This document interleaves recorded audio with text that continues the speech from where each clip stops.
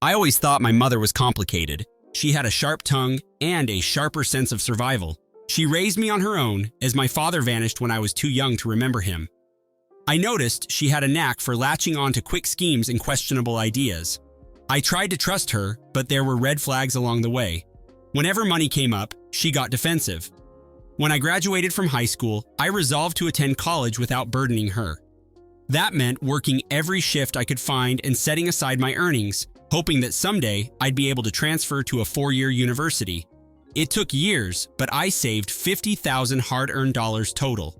I kept that money in a savings account under my name, thinking I'd made it secure. My mother knew about it because I once mentioned my plan to leave for a good university. She acted impressed, but I could see a strange gleam in her eye. I dismissed it, believing she'd be proud rather than predatory.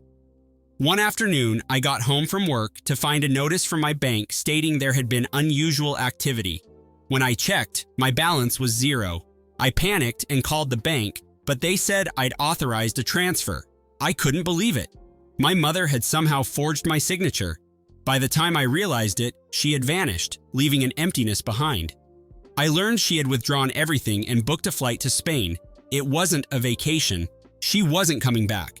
I tried contacting old relatives, but they had no idea where she was. I filed a police report, but the detective said my chances of recovering the money were slim. I was devastated.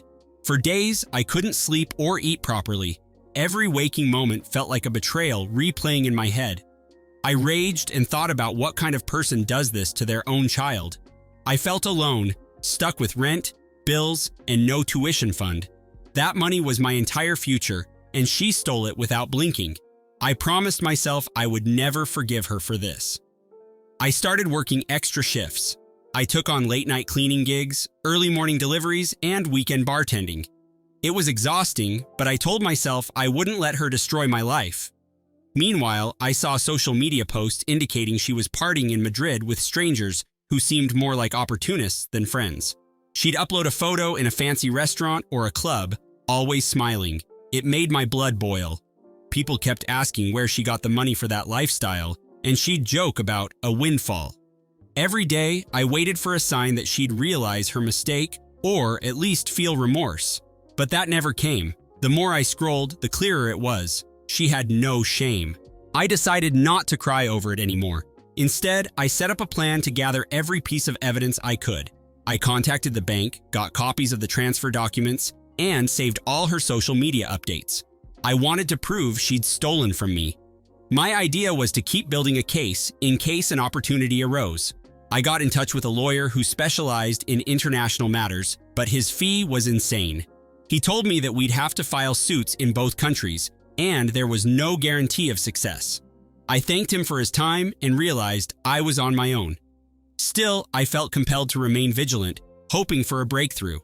I tried not to let anger consume me, but whenever I thought about her laughing somewhere abroad, I seethed. To cope, I talked to friends, vented in online forums, and even saw a therapist briefly. It helped me find perspective. My mother had always been a taker. She had borrowed money from relatives, lied about paying them back, and even manipulated me into covering her debts more than once. This was simply the biggest betrayal yet, and I couldn't ignore it. Sometimes, people asked if I'd ever speak to her again if she returned. I said no. My trust was shattered. She crossed a line I never ever thought possible. I didn't care if she was my mother or not. About a year passed.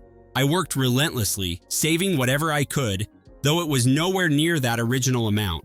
One day, out of nowhere, I got a message on Facebook from a woman in Spain who claimed she knew my mother. She said my mother was in trouble. I was skeptical, thinking it could be another scam, but curiosity got the best of me, so I replied. The woman explained that my mother had befriended some dangerous people and racked up debts she couldn't pay. Now they were really threatening her.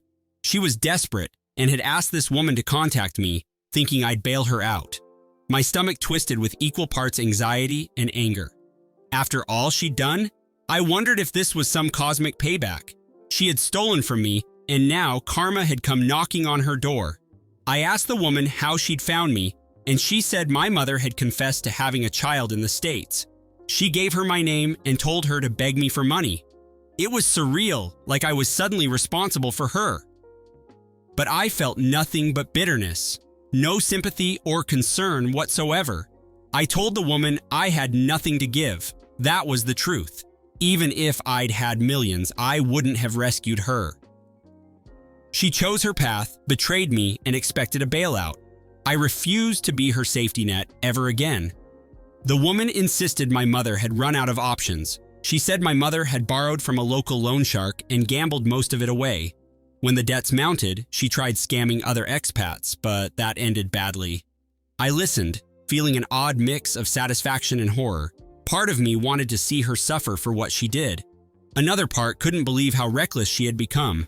She was living from hostel to hostel, dodging calls and changing phone numbers. The woman asked if I could at least send enough for her to buy a plane ticket back to the States. I refused. My mother dug this hole. Let her figure out how to climb out. I blocked that woman on Facebook, anticipating further pleas. The next few days, I felt uneasy, wondering if my mother would show up at my door. I doubted she had the money to return, but I knew she was cunning. Part of me feared she might do something desperate. However, nothing happened. Weeks passed without any updates. I resumed my routine, ignoring the knot of unresolved anger in my chest. Then, I received an email from an unknown address. It was a single line. "I'm sorry, please help me." I recognized my mother's tone. Instead of pity, I felt a spike of rage. She'd never apologized for stealing my money. This sudden contrition was just another manipulative and empty tactic. I didn't reply. I archived the email and tried to focus on my life.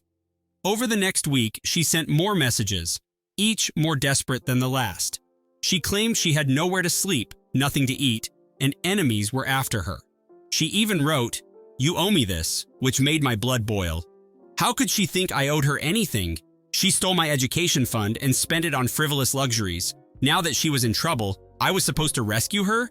I blocked every new address she used. My only regret was that I hadn't cut her out of my life completely long ago. People say blood is thicker than water, but I'd had enough. A month later, my roommate handed me a letter that came in the mail. It was postmarked from Spain, written in my mother's shaky handwriting. My heart pounded as I tore it open. She rambled about regret, how she never meant to hurt me, how she'd pay me back someday. It was filled with excuses. She'd been lonely, depressed, tricked by bad influencers. She claimed she wanted to come home, but was terrified of what awaited her. I read every line carefully, looking for any sign of genuine remorse. It all sounded like nonsense designed to squeeze my sympathy. She asked for forgiveness, but never once mentioned the $50,000 she stole. My raw and bitter anger flared all over again. I decided to consult a friend who had lived abroad. He suggested that I tip off local authorities in Spain, offering them evidence that she was fleeing financial fraud in the States. At first, I hesitated. She was still my mother, no matter how terrible, but the rage I felt over the stolen money and her heartless attitude pushed me forward. I gathered every piece of proof I had, including copies of her confession in that letter, and emailed it to the police in Madrid. I didn't know if they'd care or if it would lead to anything. All I knew was that I wanted her to face consequences. I refused to let her keep leeching off unsuspecting people overseas. A few weeks later, I got a brief email from a Spanish officer acknowledging they received my information. They couldn't promise swift action, but they said they'd look into it. I didn't expect a miracle. I focused on rebuilding my own life, paying off student loans I'd taken out, and working toward a stable future. The anger never fully went away, but it dulled over time. Then, out of the blue, I got a message from my aunt. She said my mother had been arrested in Spain for involvement in a fraud scheme. Apparently, she'd tried to con a tourist who turned out to be an undercover cop. I felt an unholy satisfaction, though part of me still felt numb. My aunt asked if I wanted updates. I agreed, mostly out of morbid curiosity. She discovered that my mother faced charges for multiple scams, including forging documents and identity theft. The Spanish authorities also learned about the outstanding warrant in the States. It looked like she could be extradited after serving time there. My aunt seemed conflicted, urging me to let go of my grudge. I told her that forgiveness wasn't completely in my heart. My mother had made her bed. She needed to lie in it. I wasn't about to pretend everything was fine. The theft of my future had changed me. I was determined to move on, but not at the cost of letting her off easy now. My mother languished in a Spanish jail while I continued my life. My aunt relayed that she was miserable, complaining about the conditions, begging for someone to bail her out. No one stepped forward. Her so-called friends had vanished. The authorities built a case linking her to other fraudulent activities. She wrote me letters from prison, but I ignored them. My time was better spent focusing on the future. I landed a better job and got a partial scholarship. Those small victories reminded me that I didn't need her help or her approval anymore. The woman who had destroyed my trust was just a stranger now, far away. I felt a sense of closure, though not complete. 6 months later, she was convicted in Spain. I heard she received a few years behind bars, with the possibility of additional time if the United States pressed charges. My aunt sounded worried, but I felt almost nothing. I'd run out of empathy. Maybe that made me cold, but I saw it as self-preservation. Meanwhile, I managed to secure enough financial aid to enroll in a state university, finishing my degree in business administration. Every accomplishment felt like a step away from her shadow. I dated sparingly, afraid to let anyone too close after so much betrayal. But I eventually learned to open up again, realizing not everyone was out to use me. Slowly, I rebuilt my sense of self. One day, I got a call from a lawyer claiming to represent my mother. She wanted to arrange a settlement regarding the stolen money. My heart pounded. Could I finally get restitution? The lawyer explained that she had arranged to transfer some assets to me if I agreed to drop any further claims. I demanded details. Apparently, she had a small inheritance from her late father that she never touched. She was willing to sign it over, hoping I'd help reduce her impending legal troubles in the States. I felt torn, but then I remembered how she exploited me. I refused to sign anything until I saw proof. I wasn't about to fall for yet another of her schemes. The lawyer sent documents showing the inheritance's value at around $30,000, significantly less than what she owed me. I told him it wasn't enough. Even if it were, I had no reason to help her dodge accountability. She chose her path, and she could face the consequences. He tried to convince me that this might be my only chance to recover some money. I thought about it for a few days, but my pride wouldn't let me settle for less, especially not on her terms. If I took that money, it felt like letting her buy my forgiveness. I refused. I'd rather earn my future honestly than accept blood money from the woman who ruined everything. The lawyer grew frustrated, hinting that this deal would disappear if I waited too long. I laughed, telling him he could let it vanish for all I cared. After that, I heard nothing more about any settlement. It felt like a weight lifted off my shoulders, as if I'd finally decided that my mother's influence over me was zero. My life improved in small increments. I found a new roommate who was supportive, I made steady progress at work, and I even started a side business with a friend. Each milestone reminded me I wasn't defined by her betrayal. She could rot in a foreign prison and then face charges back home. I no longer felt any obligation. After serving a portion of her sentence, she was extradited to the United States. My aunt told me they flew her back in handcuffs, facing charges of fraud and forgery. That news didn't bring me happiness or sadness, just relief that the system was finally catching up with her. Old family friends reached out, asking if I'd visit her in jail. I declined. It didn't matter how many times they said, "She's still your mother." That bond meant nothing after she obliterated my trust. I had no desire to see her face. I imagined she'd spin another sob story, expecting tears and a warm hug, but I'd given her enough of my life already. I had none left to spare. A year later, I graduated with honors. My father's side of the family, who I'd reconnected with, threw me a small celebration. They knew about my mother's betrayal, but never pried for details. I appreciated their respect. During the party, I learned my mother had been sentenced to more prison time. She wrote me a letter from her new cell, claiming she'd found religion and was ready to repent.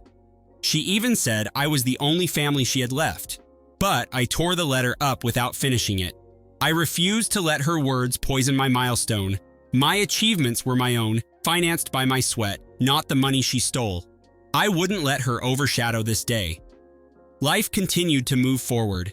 I found a decent job, moved into a nicer apartment, and started building the future I'd always dreamed of. My mother remained locked away, occasionally sending pathetic letters. Sometimes, I'd burn them without reading. Other times, I'd glance over them just to confirm my resolve. They were always the same pleas for forgiveness, for a second chance, for empathy. But I was done. My boundaries were firm. She stole $50,000 from me, ran off, and never once showed genuine remorse before her life collapsed. Now that she was behind bars, she claimed she'd changed. I believed people can change, but I didn't owe her anything. She had squandered her last chance. Over time, I saved enough to make a partial payment on a master's degree program. It felt surreal considering where I started. I refused to let her betrayal define my limits. Friends asked if I ever planned to confront her in person, just to get closure. The thought crossed my mind, but each time I pictured it, I saw her manipulative tears and fake apologies. I realized closure had to come from within. I'd already taken my power back. Meeting her face to face wouldn't restore my lost money or my trust. It would only reopen wounds I'd worked so hard to heal. So I let the years roll by, content to leave her in my past. Eventually, I heard she was up for parole. My aunt hinted that she wanted me to speak on her behalf. I refused. She robbed me of my education fund, fled the country, and lived large while I struggled. She never apologized until she was desperate. I owed her nothing. When she was denied parole, I felt no triumph, just a cold finality. I went home, looked at my college diploma, and reminded myself that my life was mine. She'd tried to ruin my future, but I'd reclaimed it. Maybe she'd get out someday, but I'd never forget or forgive. That was my final stand. No more illusions, no more pity. She made her choice, and I made mine.